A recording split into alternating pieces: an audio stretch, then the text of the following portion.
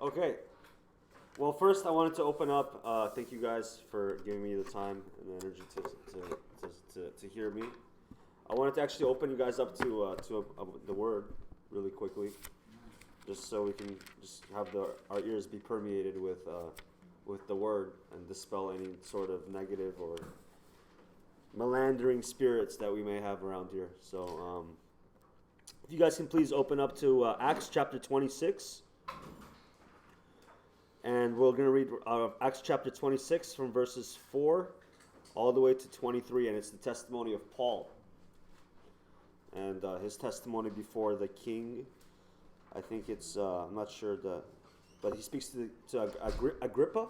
Is that how it's pronounced? So what's the chapter verse again? Acts chapter 26, verses 4 through 23. 4 through 23. So I'm going to read this, okay? You guys all there? Acts chapter 26, verses 4 through 23. All right, Chase, you there? You know a Bible? You should get a Bible. I'll wait until Chase gets the Bible. What? Anybody else need one? Acts chapter 26, verses 4 through 23. All right. So yeah, I actually broke it up into 3 different sections. So I don't know if you guys want to model me out. You don't have to, but I looked it up on YouTube.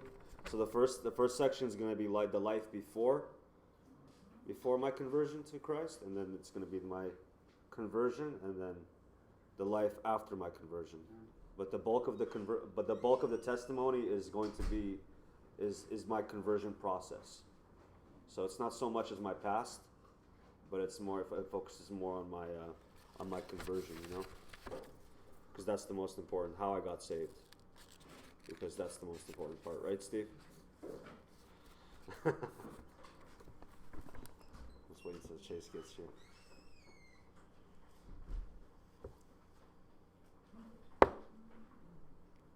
Acts chapter 26, Chase.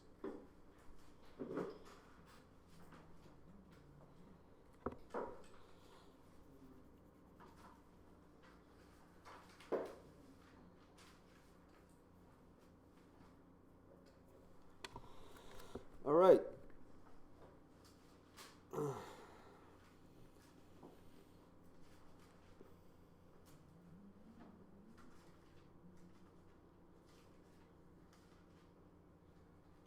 There? Acts chapter 26, verses 4 through 23. So I'm just going to read. As the Jewish leaders are well aware, I was given a thorough Jewish training from my earliest childhood among my own people and in Jerusalem. If they would admit it, they know that I have been a member of the Pharisees, the strictest sect of our religion.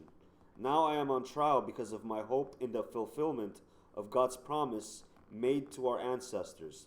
In fact, that is why the 12 tribes of Israel zealously worship God night and day, and they share the same hope I have.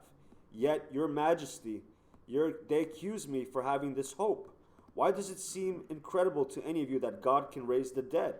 I used to believe that I ought to do everything I could to oppose the very name of Jesus the Nazarene. Indeed, I did just that in Jerusalem, authorized by the leading priests. I caused many believers there to be sent in prison, and I cast my vote against them when they were condemned to death. Many times I had them punished in the synagogues to get them to curse Jesus. I was so violently opposed to them that I even chased them down in foreign cities. One day, I was on such a mission to Damascus, armed with the authority and commission of the leading priest. Verse 13. About noon, Your Majesty, as I was on the road, a light from heaven, brighter than the sun, shone down on me and my companions. We all fell down, and I heard a voice saying to me in Aramaic, Saul, Saul, Saul, why are you persecuting me? It is useless for you to fight against my will. Who are you, Lord? I asked. And the Lord replied, I am Jesus, the one you are persecuting. Now get to your feet, for I have appeared to you to appoint you as my servant and witness. Tell people that you have seen me, and tell them what I will show you in the future, and I will rescue you from both your own people and the Gentiles. Yes, I am sending you to the Gentiles, to open their eyes so they may turn from darkness to light and from the power of Satan to God. Then they will receive forgiveness for their sins and be given a place among God's people, who are set apart by faith in me. Verses 19. And now, King Agrippa, I obeyed that vision from heaven. I preached first to those in Damascus, then in Jerusalem, and throughout all Judea, and also to the Gentiles, that all must repent of their sins and turn to God, and prove they have changed by the good things they do. Some Jews arrested me in the temple for preaching this, and they tried to kill me. But God has protected me right up to this present time, so I can testify to everyone, from the least to the greatest. I teach nothing except what the prophets and Moses said would happen, that the Messiah would suffer and be the first to rise from the dead, and in this way to announce God's light to Jews and Gentiles alike. Amen. So I'm for me, I'm not comparing myself to the Apostle Paul, but I was born Jewish. I came from a Jewish faith. I was born in Kiev, Ukraine, on September 2nd, 1988, and I wasn't raised religious or anything, but I did have a bris, which means it's a circumcision. I had a circumcision when I was about 6 years old.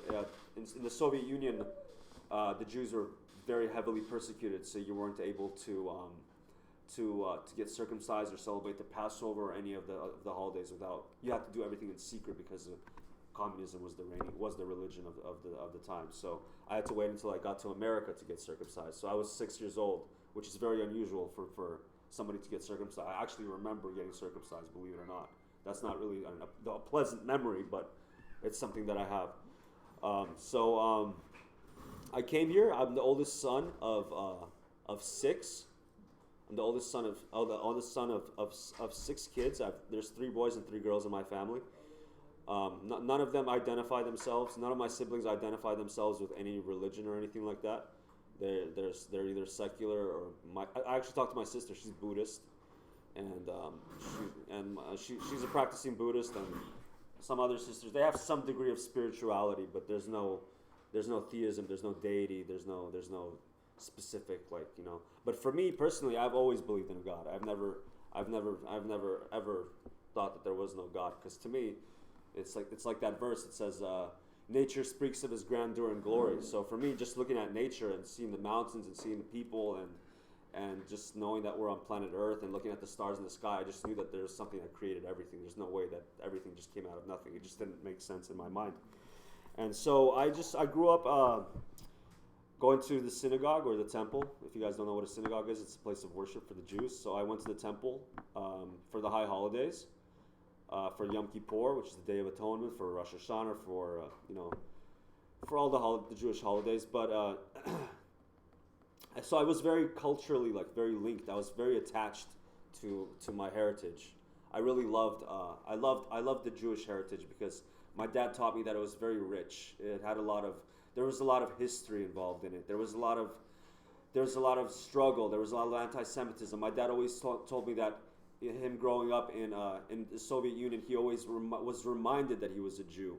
It was something that, even though he didn't want to be reminded, he was reminded, and people were, whether he liked it or not, he was always going to be a Jew. So even on my mother's passport, it says Jew on a nationality, even though nationality, Judaism, is not a nationality. There's so much anti-Semitism there was so much anti-Semitism in Judaism that in Soviet Union that they even wrote that you were a Jew in the school roster next to your name. It would identify yourself as a Jew, so the teachers would know who the Jews were in the class and who wasn't a Jew in the class. So that's why my dad actually named me Dmitry instead of he wanted to name me David or Jacob or whatever, a Jewish name, but he named me Dmitry so I can easily assimilate into the community and I wouldn't be ostracized as much. So so after the collapse of the Soviet Union, my mom pregnant with 5 kids, she hopped on a plane and she came to Los Angeles where my grandfather was already here, and we made a aliyah, which means not really, it wasn't a aliyah, but it was like an exodus. There was a mass exodus of Russian Jews, Ukrainian Jews, It was this huge exodus out of the Soviet Union, and we all went either to New York, Los Angeles, Cleveland, Florida, or Israel. And so for me, we went to Los Angeles, and we settled in Hollywood, West Hollywood. So that's where I settled,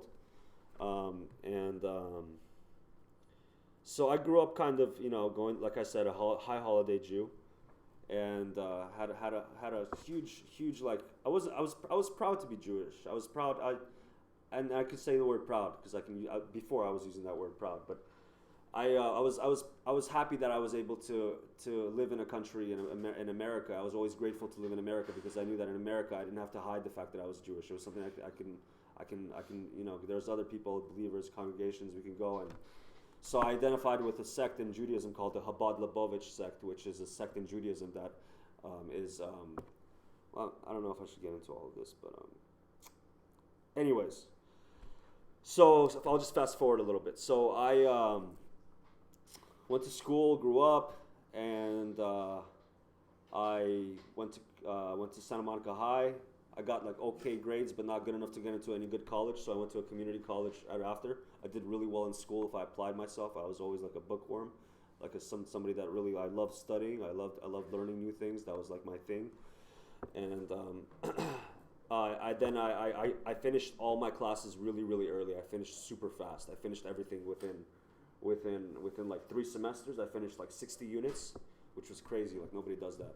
Because I was so jealous of all my other friends because they were all going to universities and I was stuck at home, living at home, and they were all going to UCLA or Berkeley or whatever. And so I wanted to kind of catch up. I was always comparing myself with people, you know what I mean? I was, this guy's here, this guy's going to Harvard, this guy's going here, this guy's going there, and I'm just at Santa Monica College. That's horrible, So I always had this standard of competition. My parents always raised me to compare myself to people. So I always battled that my whole life, this whole comparison competition thing. And it was always based on materialistic things. Everything was material. It was about what kind of car you drove and what kind of house you live in, and what kind of, it was just purely material. But my parents always emphasized education. Education was like the number one thing. And coming from the fact that I came from an immigrant family, my parents instilled with me a desire that I had to do what they couldn't do in their country, which is to take advantage of the opportunity that America gives to its immigrants and make a name for myself. So that's something that I really wanted to do. So that's why I concentrated on that in college. So I finished up really early, and I was I was kind of like a little I was a recreational marijuana user. So I smoked with my friends in high school. It was just like something we did. It wasn't a big deal. Just get high get high during school or not during school, but even though there were a couple times doing that too. But because I finished in school, I finished early. I was like, you know what? I deserve to take a 6 months off, like before because I was going to transfer to UCSB. So I took 6 months off, basically. I should have got a job now thinking about it. I should have made use of my time and done something easily. But I was living in like paradise. I really thought Santa Monica is a nice city. It's beautiful. The streets are nice. It's next to the beach. I mean, it's kind of like Oxnard, except it's a little bit more bougie. You know what I mean? So. It's nice though, and I really liked it there. So I just wanted to enjoy myself, I felt like I earned it. So I actually ran into a friend. His name was Mike Julian, and I ran into him. He was an old friend from my U.S. history class in my high school, and we just ended up smoking on a lot of weed. I started smoking blunts with him on a regular basis. We went to the beach, and we were just like smoking weed all the time, and I didn't think much of it. It wasn't a big deal.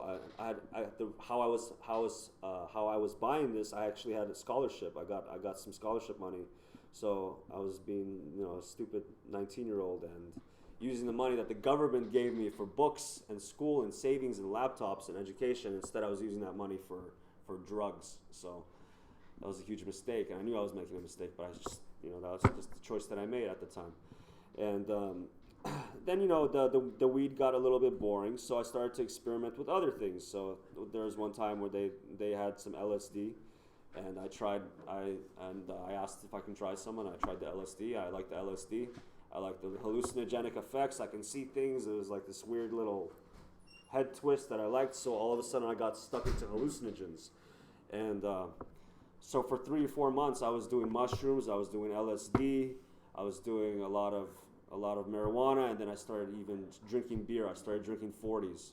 So I would just, and the whole time I would be drinking, we'd just be talking about life and philosophy and just wasting a whole bunch of time, basically. Just being kids, you know?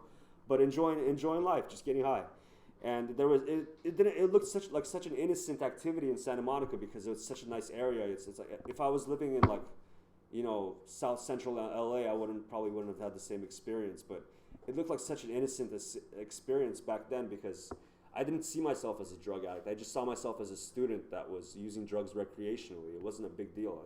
It was 2007. It's not a big deal, you know. So by the time I transferred, though, and I went into school at UCSB, I wasn't able to concentrate on my studies anymore because I guess all the drugs took an effect on me, and I wasn't able to study anymore. I wasn't able to concentrate. I couldn't even write essays anymore, and it was an elevated form of education that I wasn't used to. I thought that I could really handle it, but the drugs really got to me, so I wasn't able to apply my mind, and I ended up abusing more drugs, getting more into drugs and alcohol, and but then I had a period of sobriety, and I wanted to change my major, and my parents came all the way from Los Angeles, and they're really like works oriented, and it's all about the money, and they had like this image of me. I was supposed to be the poster child for my family, a role model for my family, that I was supposed to be like this person that showed the example for everybody else. So I failed at that, and that was a huge guilt trip for me that followed me for the rest of my life until I found Christ. I felt really guilty. Guilt burdened me. It was like this shadow that just followed me wherever I went. It was just this guilt. As soon as I dropped out, I felt like a failure. Everything I did, I felt like a failure. No matter what, I already failed. No matter what, there was that spirit of condemnation on me. It was nuts. It was so dark. I've never felt anything like it. And I just woke up to every day being just complete darkness. I was in this gloomy state at all times, and the only thing that I can do to escape that state was to drink and use drugs. That's all I can do. So I felt like I was guilty. I was selfish. I thought that this whole thing about I changed the outlook of I've changed the events of the history of my family, and I started to think about how things could have been and they should have been, and then my brother wouldn't have turned out like this, and then I started to think about the relation, everything. It was just this huge torrent of thoughts, and so I was always tormenting myself. So that's and I started lying on my resume for the jobs that I got, saying that I graduated college, and I was a pretty good liar. I was a pretty good manipulator of facts. So I can pull off a really good image at an interview, and I can show up to an interview with nicely suited and booted, nice haircut, looking fresh, looking like some guy that just graduated from a college or university, or, I could pull off an act. I was a good actor, so I was living a lie for the most time that I was working, like in most of the jobs that I had, and that guilt just followed me throughout this whole lie, and.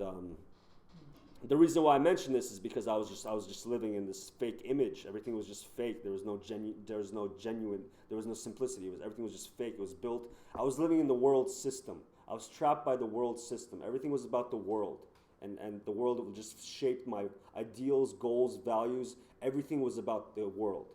All my opinions. I was completely indoctrinated by television, by my parents' opinions, by the people around me, by the relationships I had. Everything was completely morphed and formed by, it was completely just the world. It was the world.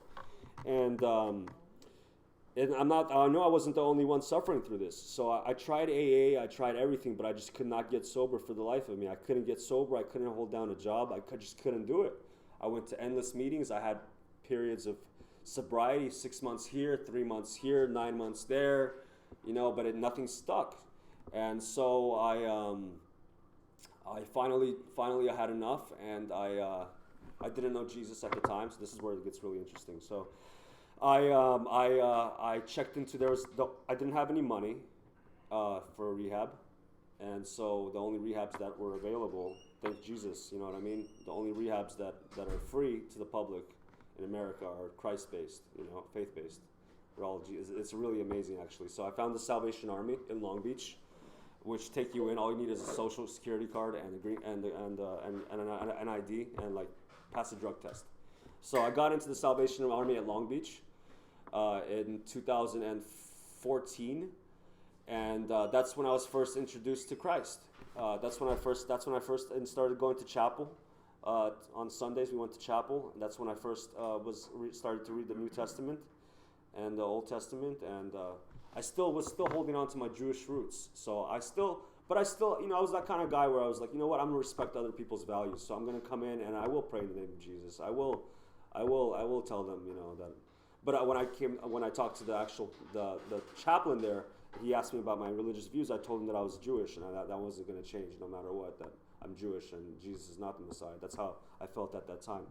So I did go to chapel though. I did, and that's when I first was experiencing like worship songs. And I remember singing in worship, and I was like the only guy singing in worship. All the other guys, there was like 70 guys, and I was like the only one, the loudest voice.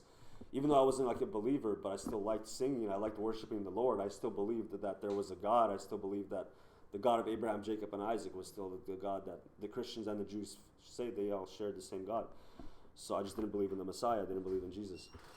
So I spent some time getting sober there for 3 months, and I experienced for the first time I experienced like a nice sense of spirituality and peace. But my walk was still weak. I didn't like I said, I didn't have Christ. I didn't accept Him into my heart, and I moved into a sober living, and I was living in the sober living for a little while, and then there I went back into the world system. I gotta go get a job. I gotta go do this. I gotta go satisfy my parents' desires. I gotta do this. I had this agenda that I had to that I had to complete. And it wasn't like something that I was doing because I was being selfish. I thought it was honestly, genuinely the right thing to do in life. Get a job, buy a house, get a car, have a family, have kids, just regular things that any man in this life would want. You know what I mean? So I figured, why not? Like, why would I want to exclude myself from that dream? That's what everybody gets. I wanted to live an American dream. I'm in America after all, right? So I'm trying to do my best to go back into the world, but once again I started lying on my resume because nobody wants to take a guy that can't hold a job. So my resume I made it up again, but I was smart enough to BS through most of the applications, and I got most of the jobs that I wanted. So I had a huge sense of pride and charisma. I was always like patting myself on the back, like, man, I'm so smart. I was thinking like, I can do this. I can really like a snake, just like sneak my way up to the top. But when I get to the top, I'll deal with what the consequences at the top. But let me just get there first, and we'll deal with it when I get there. You know what I mean? So if I end up being I wanted to be a CEO. I wanted to own my own company one day, but I didn't want to do it the right way. I didn't want to do it honestly. I wanted to cut corners and get catch. I was playing the whole catch-up game because all my other friends were in graduate school or whatever else. They were already doctors and lawyers and whatever else, and I wanted to catch up to them. So I was going to do whatever it takes to catch up to them because I was once again a slave to the world system. And so I relapsed shortly again, and there goes another wasted couple years. I don't even remember. I mean, I've killed so much brain cells. It's not even funny. It's just one big blur. My whole 20s are just one big blur because it's just so much loss and darkness because but there's a lot of good moments too. There's periods when I was sober and I was walking with the Lord, like not with Jesus, but like with God, and I realized that I had hope. I always had hope, no matter what. I was very optimistic about my life. So I had hope about my life. I had hope that things would work out in the end, And I went into, I'll fast forward to 2015, I went into another rehab, another Christian-based rehab. It was the Rescue Mission Alliance, not the one. They're part of the same organization. It's the Rescue Mission Alliance, but it's not Rescue Mission Alliance Ventura. It's Rescue Mission Alliance Santa Maria, which is 3 hours north. So I spent 6 months there, which is the longest stint I've ever done in a rehab. And I was sober for 6 months, and I did accept Christ at that time.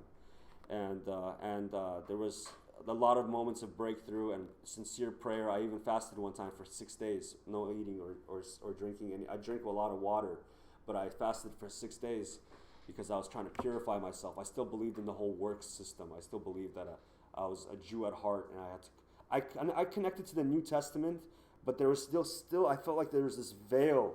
Or now I think about it, there was like this veil over my eyes. I couldn't connect. Like I couldn't understand the revelation as Jesus Christ is the Messiah. I would read the scriptures and I would have good questions and I would digest everything that I read, but I couldn't really grasp the Trinity. I've never even heard of the Trinity before. It was something that I didn't even really think about. I never heard of the God, the Holy. I've heard of the Holy Spirit, but I didn't really. I mean, I was still kind of just focused on being one of the guys at the program. I wasn't taking my walk seriously. So, going to the class, answering questions, there's a time and a place for that. And then I would compartmentalize my experiences. So it would, you know what I mean? Like I would compartmentalize God. So he would be sectioned off in this little section. And then I would go about and I have my workout life. I would have my God life, my workout life, my job life, my relationship life. So all these little sections of my life would be divided, and they would somehow in my dream world they would be like, they would make like this mold, this perfect mold of like what a person should be, based on the world system, right? Because that's what we're taught. Everything needs to like be together. So I was living like this, and I was baptized at Bass Lake by two pastors. Their name was Andrew Daly and Duncan Davidson. They were both really good pastors. And I was baptized, and it was a good experience. I still have pictures of the baptism, and I'll remember for the rest of my life being submerged in that lake, and they both, were holding me on each side, and I was baptized, and it was great. I didn't see any doves or anything, but it was still kind of cool. I'm just kidding. And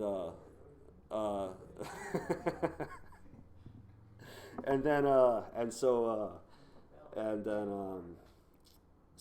6 months later, and I was doing all this for court, by the way. The rehabs were for court because I was breaking the law. I forgot to put that in there. It's pretty important. I kept on stealing. I would have this thing. I would go into, because I couldn't support my alcohol habit anymore because I wasn't working. So I would go into keep this between me and you guys, please. Don't go out there and say anything. But I went to CVS and Ralph's, and I would take these little wine bottles. They had this 4-pack, and it was really easy to take because they didn't have any kind of sensors on them. So you can take these little wine bottles and you can just literally just put them in your jacket and just walk out. So I did that repeatedly, and by the grace of God, literally by the grace of God, seriously, so there was something looking after me, and I was preserved. And that's why I relate to Paul, where he says that in the end, it says right here, but God has protected me right up to this, in verse 22, he says that God has protected me right up to this present moment so I can testify to everyone from the least to the greatest. So I really do believe that there was a hand watching over me, because I put myself in some pretty bad spots over the last 10 years, getting into cars with strangers and walking down Hollywood Boulevard at night with, at 4 o'clock in the morning, going to nightclubs, just going around in people's houses, doing drugs is just, you never know with people. You never know what people's intentions are. I never got stabbed, knifed, shot at, nothing like that, So there was definitely a hand that was preserving me.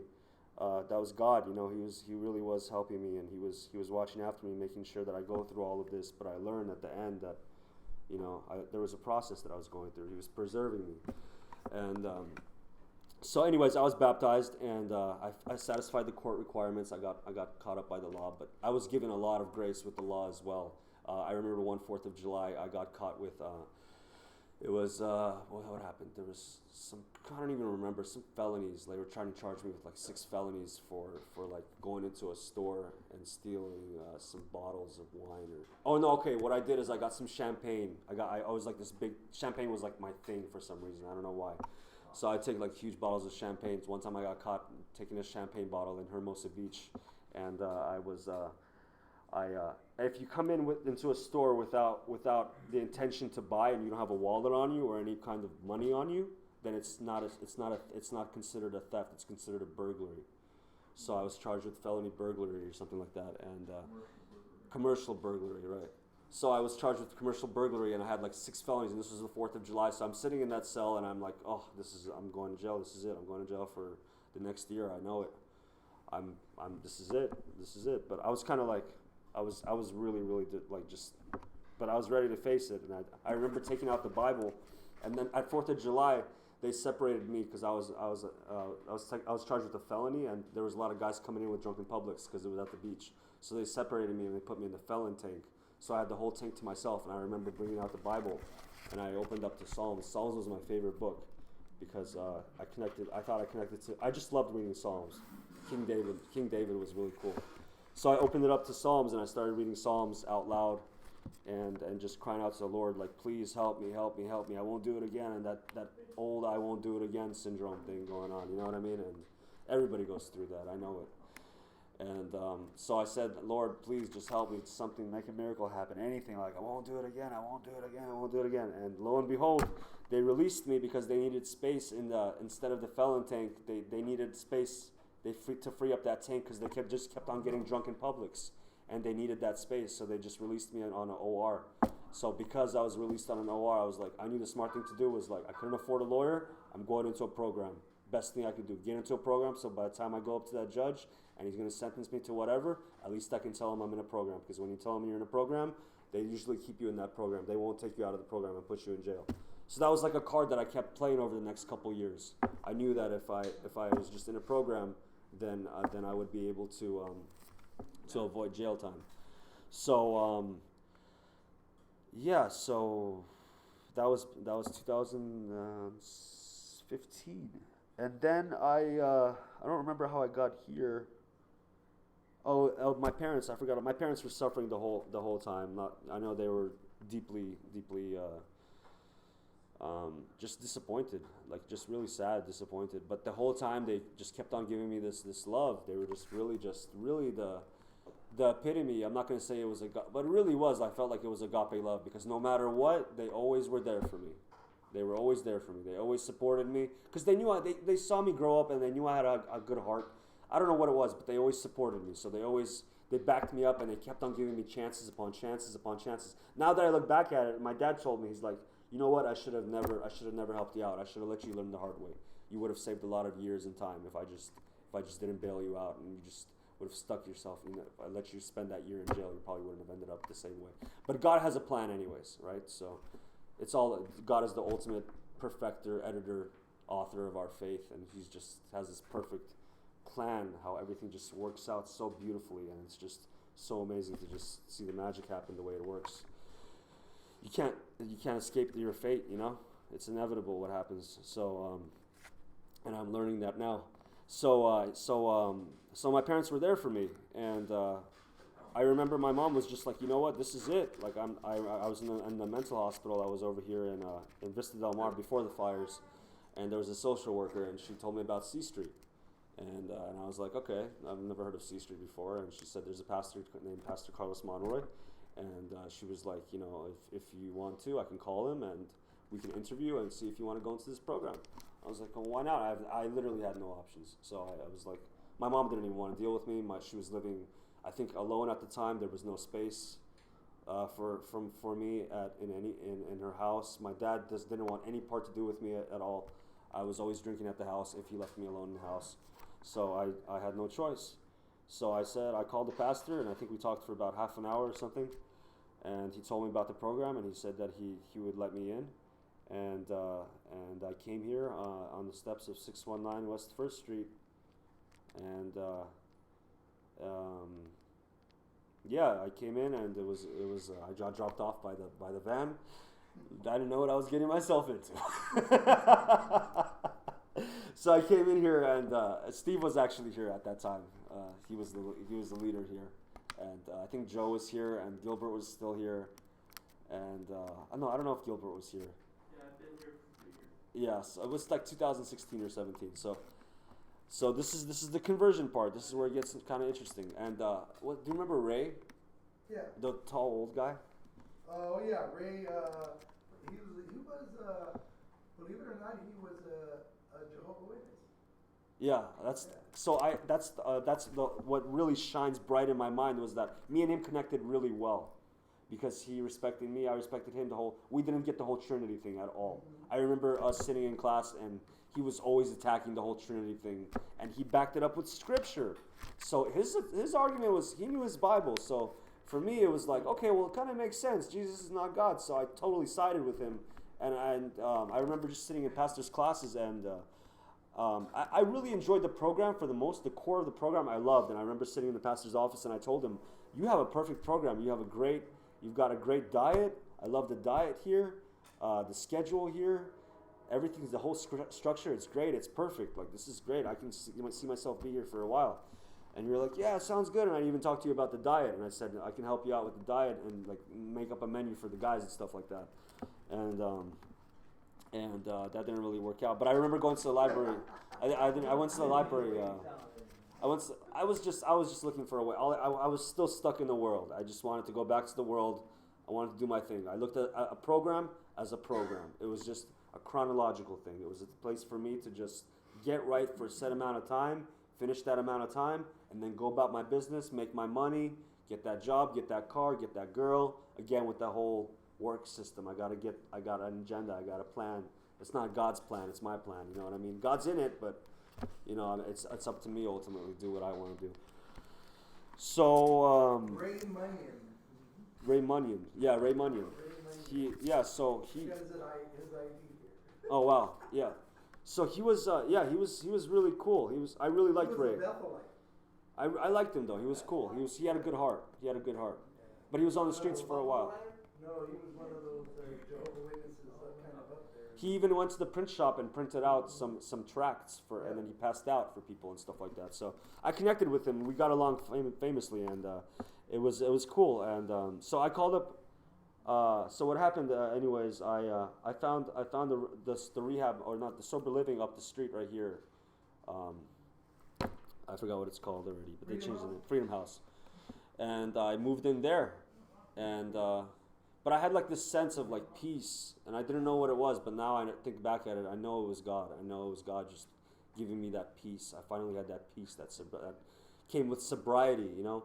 But I was still in that whole 12-step thing. I was still going and doing it. Like I went into that house, and they preached the whole 12-step thing. You got to do the 12 steps. Got to get yourself a sponsor, one day at a time. Serenity prayer, you know, that whole thing. So I was completely consumed by that, and I really they have like a 2% success rate, you know. So, but I was still doing it. I felt like that was something that, you know, if they can do it, I can do it too.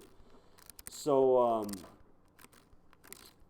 I don't know. See, this is where my mind gets really tricky, because I don't remember much. I don't remember stuff chronologically anymore, and I think God put that on my mind on purpose, because He doesn't want me to focus on my past as much, but He wants me to focus on what the present and what I can do in the future. Because if I start trying to make sense of things, which I always try to do, I try to put things in an order. It won't start to make sense of it in terms of the order. It doesn't make sense. But God exists outside of time and space, so that's the most important thing. But I remember when I sincerely got saved, when I sincerely gave myself to the Lord, I gave myself to the Lord continuously. Like, I remember rededicating myself at least over 15 times.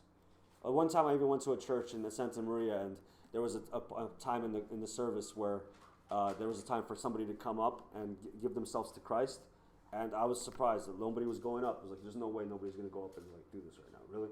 So I went up, and I was the only one. And I was greeted by this black woman I'll never forget. And I came up to her, and I just went down the aisles, and she just like took my hands, and I took her hands, and she had these beautiful, beautiful brown eyes. I had the light of God in them, and she just gave me this look, and I was just like, she's like, "Yeah, you're in God's arms now." Or I forgot what she said, and I was like, "Yeah, that's it.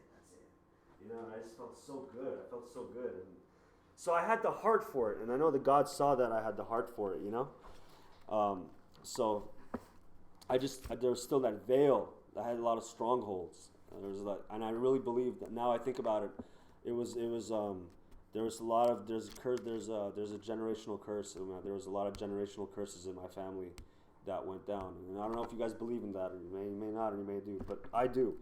There was something that, and I was listening to a sermon by Derek Prince this morning, and he was talking about that there's a lot of generational curses that are passed down through families and families and families, and these demons that work through families get bigger and bigger and bigger and bigger and bigger, and they work on the guy especially on the guy that's going to come to and be the first one. They're going to work on him the most, which is why I think I had the most battles. I've suffered from, which leads to my mental illnesses. I say plural because I literally have struggled with anxiety, severe depression, severe bipolar, severe schizophrenia. And when I say severe schizophrenia, I mean like literally hearing and seeing things. I was in, whoa, you can ask my mom about that, and I'm not about to get into that. But I was somewhere else, and I was seeing things and hearing things that were not there. I saw a lot of things that I probably should not have seen, but I believe that God wanted to show me that because he wanted to show me just how powerful the enemy can be. But I was already sealed with the Holy Spirit of promise because I gave myself to God. So I was already saved, and no matter what he did, I mean, I put up a battle. It was crazy, but I was sealed with the Holy Spirit of promise, and oh my Lord, I can't even. I'm scarred by those experiences to this day because there was just so much I saw, and I still try to make sense of it. But I have to just put that aside, and that's why I focus on my studies so much. I have this tendency to think that the enemy is going to come and get me again, and he's going to attack me again, and I'm going to get attacked by my schizophrenia again. So that's why it's important for me to keep on taking my pills. I take my pills like a lot. I have to.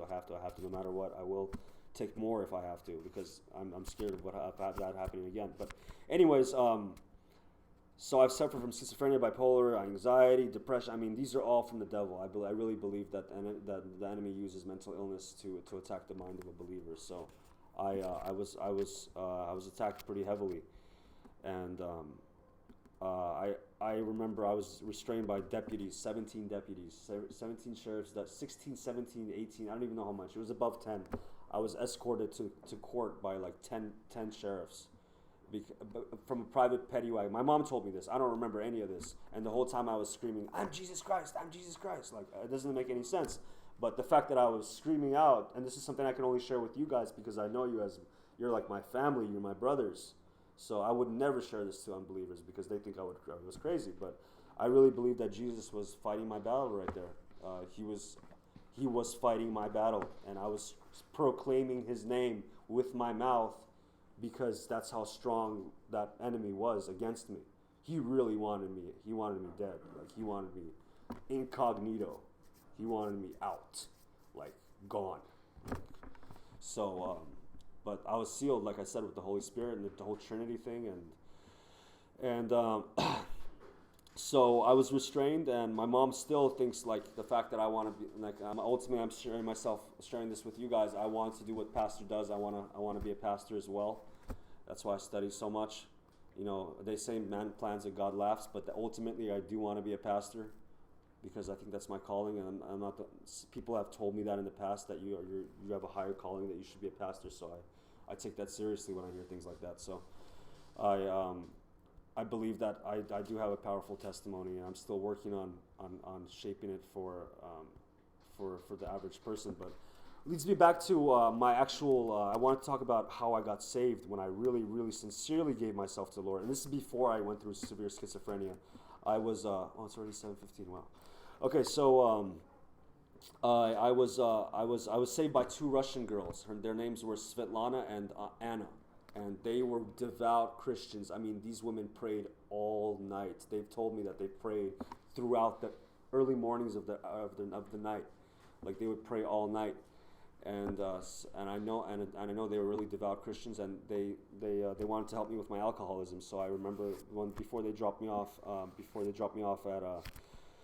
at my house in my sober living, they asked me if I wanted to accept the Lord, and I said yes. And so I was sitting in the car, and they prayed. I've never heard a woman pray like the way they prayed. It was in Russian, and it was like, wow, I was moved to tears because it was so heartfelt. I felt like it was very strong, very powerful prayers. And it wasn't just like a couple sentences. It was like I think it was like 10 minutes of full prayer. And then I said yes, and I was good for 5-6 days. I was sober for 5 to 6 days, and then I just relapsed again. But I was already sealed. Again, I was sealed, rededicated. You know, another stronghold. But anyways, I'll fast forward. So relapsed again, and I came back here. I came back here in 2019, I think it was, 2018. And I've already been here, but I had no other options again. I had no other options, no other place to go. And my green card got stolen, and I know it was stolen, but God made that happen, because if I still had my green card right now and I had my social security card, I would not be at C Street. But Pastor, he knew me, and when I called him, And I said that I wanted to come back to C Street. I remember seeing him, and it was just a smile. It wasn't like, it was just a smile, like, hey, Dmitry, how's it going? And like, good to see you back. It wasn't like this thing like, you messed up again. Like, here we go, come on in. Like, it wasn't that whole thing. It was kind of just, hey, good to see you.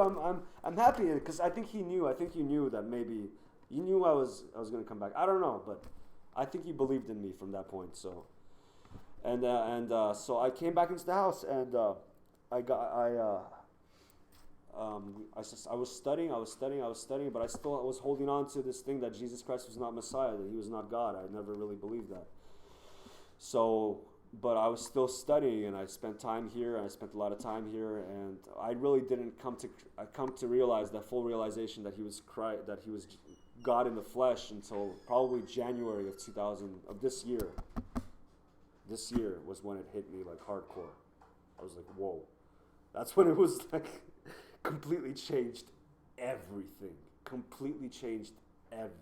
Like, I can't even explain to you guys what it did for me. When I read Dr. Frank Turek, I Don't Have Enough Faith to Be an Atheist, and the way his book goes, it's so finely tuned for the atheist, not only for the atheist, but he also has a section in the book that goes to the New Testament, and he talks about how the New Testament is, there's eyewitness accounts of the resurrection, and without the resurrection there would be no Messiah. So the resurrection is huge, and the fact that there's so much paper copies of the New Testament in circulation at that point in the early century, in the first, second, third century, and there are a lot of variations. But the fact is that there was a lot of, and the fact that there's apostles that died for their faith. I mean, who would die for a lie? He made up a lot of good points, so I started to connect the dots with him. Then Ray Comfort came along. He was totally a trooper, and I started to connect with him. And then I just read a whole bunch of, and then fortunately for me, Pastor let me use Logos, and then that was just like, whoa, that was just completely something. I was obsessed with that computer for like, I couldn't get off that computer. I remember, you guys remember how I was with that computer. I mean, I could not get off. I wasn't looking up anything but Logos, and I was reading about, I wanted to know all about my enemy, because so that's where the angelic conflict comes in, but whatever, that's all aside now.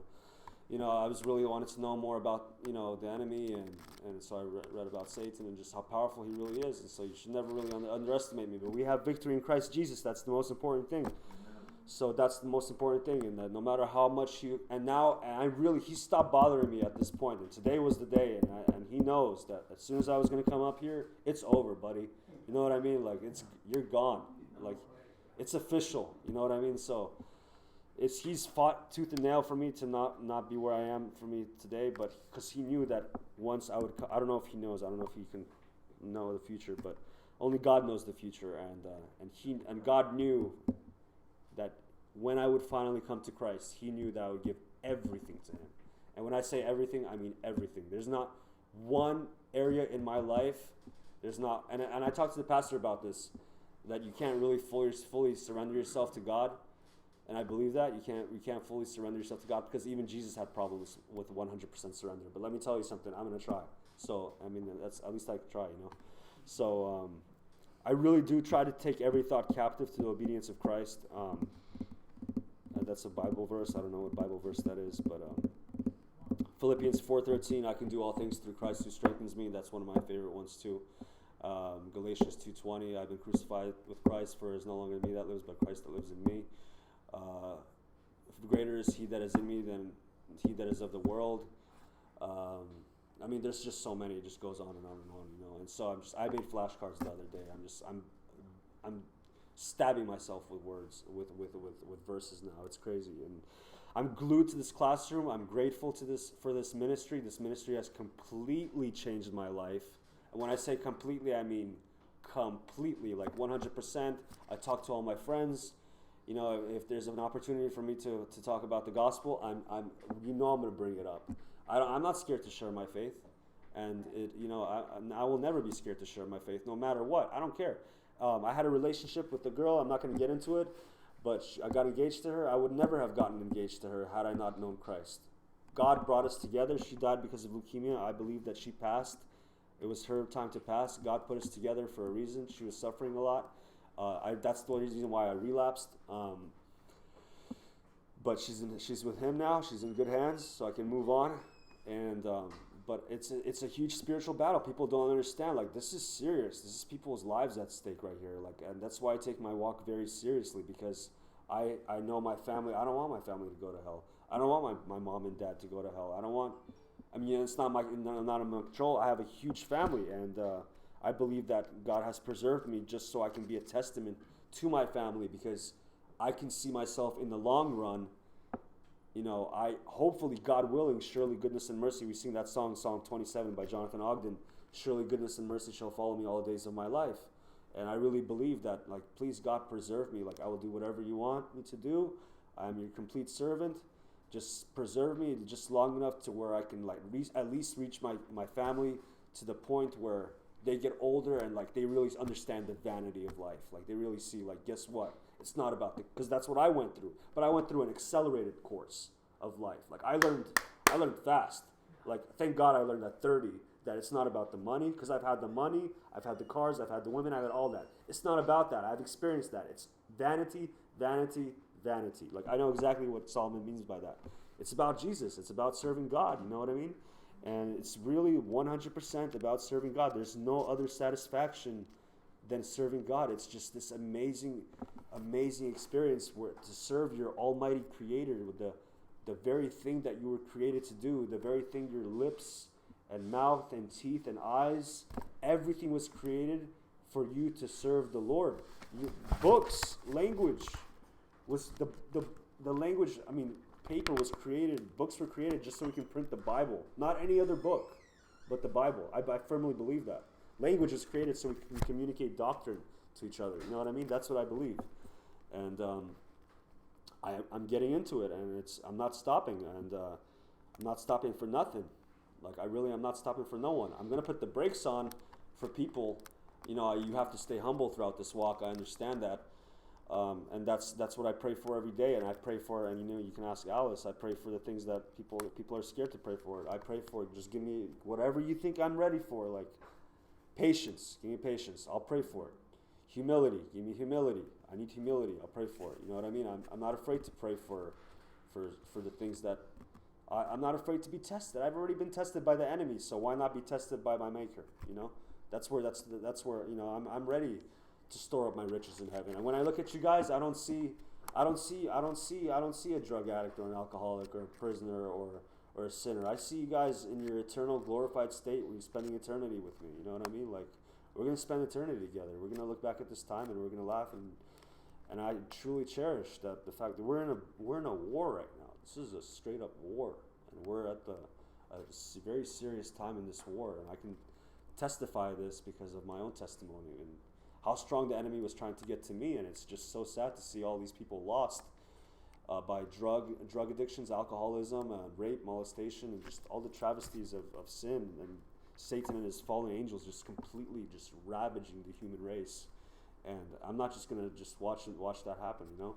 I'm going to the best of my abilities. I believe that we do have a guardian angel looking after us. There's, like Pastor Troy said, we have a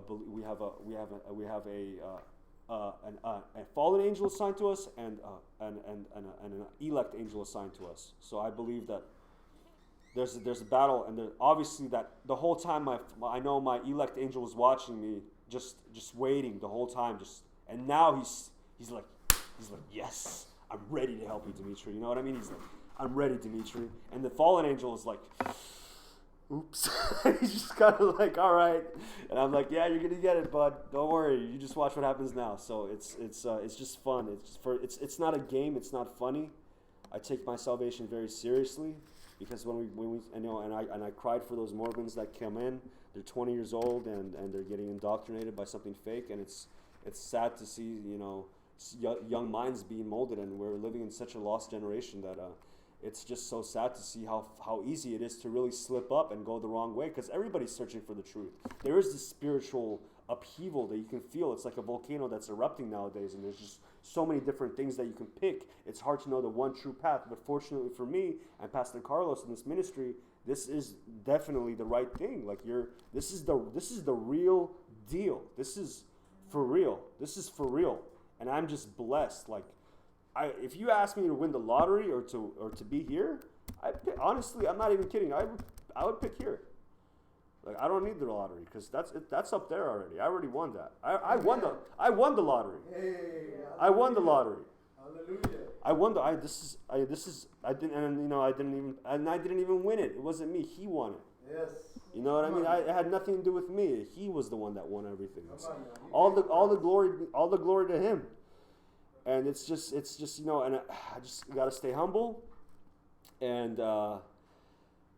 just got to give all the respect up to the pastor teacher, and I'm learning more about the pastor teacher, and that's why I respect the pastor so much, is because he really, and I have blind faith in this man, because he really knows a lot of things, and before I didn't have faith in him as much as I do now, but now when he tells me to do something, I do it, you know what I mean, because I know that he's guided by the Holy Spirit. So when he tells me, dude, take your pills at night at 8 o'clock with everybody else, I don't fight him. I say, okay, I'll do it. And I will do it, and I respect Steve. I really believe that he came in this position. He came at the time where when I was here, for some reason, he balances people out here, and sometimes you guys may think that he's a little bit harder on people, but he's harder on people because there needs to be that person in this place that really does set those boundaries here and being firm, and he's firm for a reason. God placed him here to be firm for a reason, because there's a lot of people that just want to do the whole, oh, whatever, no. Wake up, people, So he takes notes and stuff like that, and he makes sure that we take our walk seriously, you know what I mean? So it's just a blessing for me to be around you guys, and Fiddy too, you're a humble guy. I love the fact that you're a man of few words, and you really soak in everything that the pastor teaches, and when you do speak, it's time for people to listen, You're a role model for me. I have a lot to learn from you, and Dylan, I'm really happy you're here too. You're in a really good place, bro. I'm happy that you decided to come here. You came at such a great time. This place is awesome. Eddie, you too. I mean, I love everybody here. I mean, you guys are my brothers, and I share this with you guys in the check-ins, is that I wake up every morning like really happy to see your faces. I don't wake up like, I'm at C Street, like, oh God.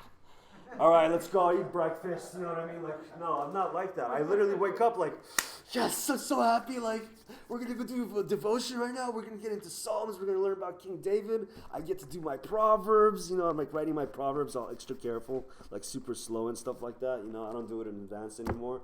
And Tony's an awesome guy too, like, he's grown a lot, and he's smart, and his walk is strong, and I honestly think you guys are a lot more tougher than me, because I've seen things through my mental illnesses that others haven't.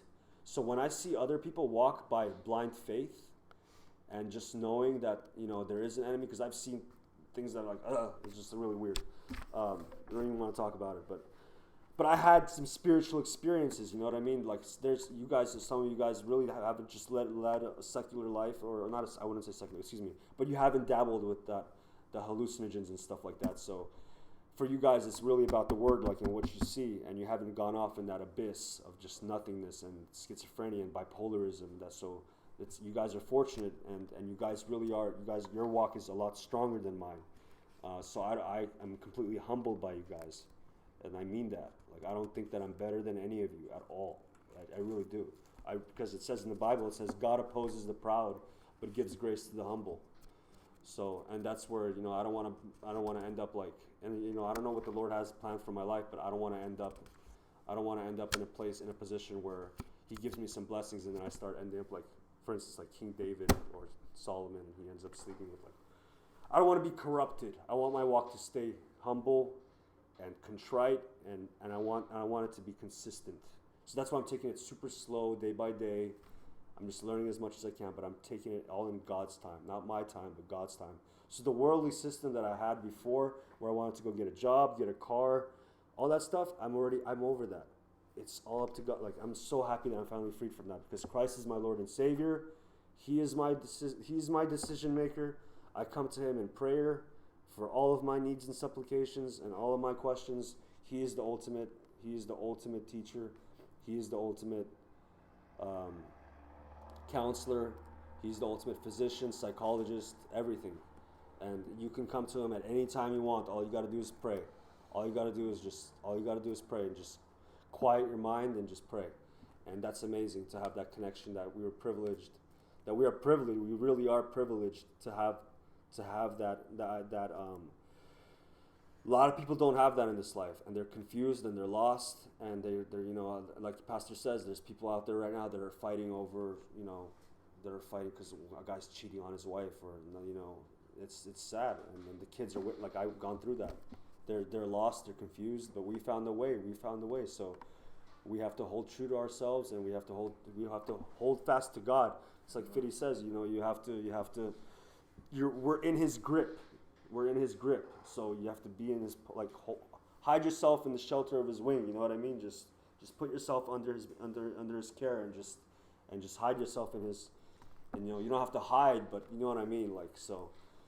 It's just a privilege and honor to know you guys. I just hope that I can be a good example. I'm slowly learning myself how to be a better person, and God's my ultimate teacher, and hopefully He blesses me with more time with you guys, and I can be of service to you guys. That's all I got. Thank you.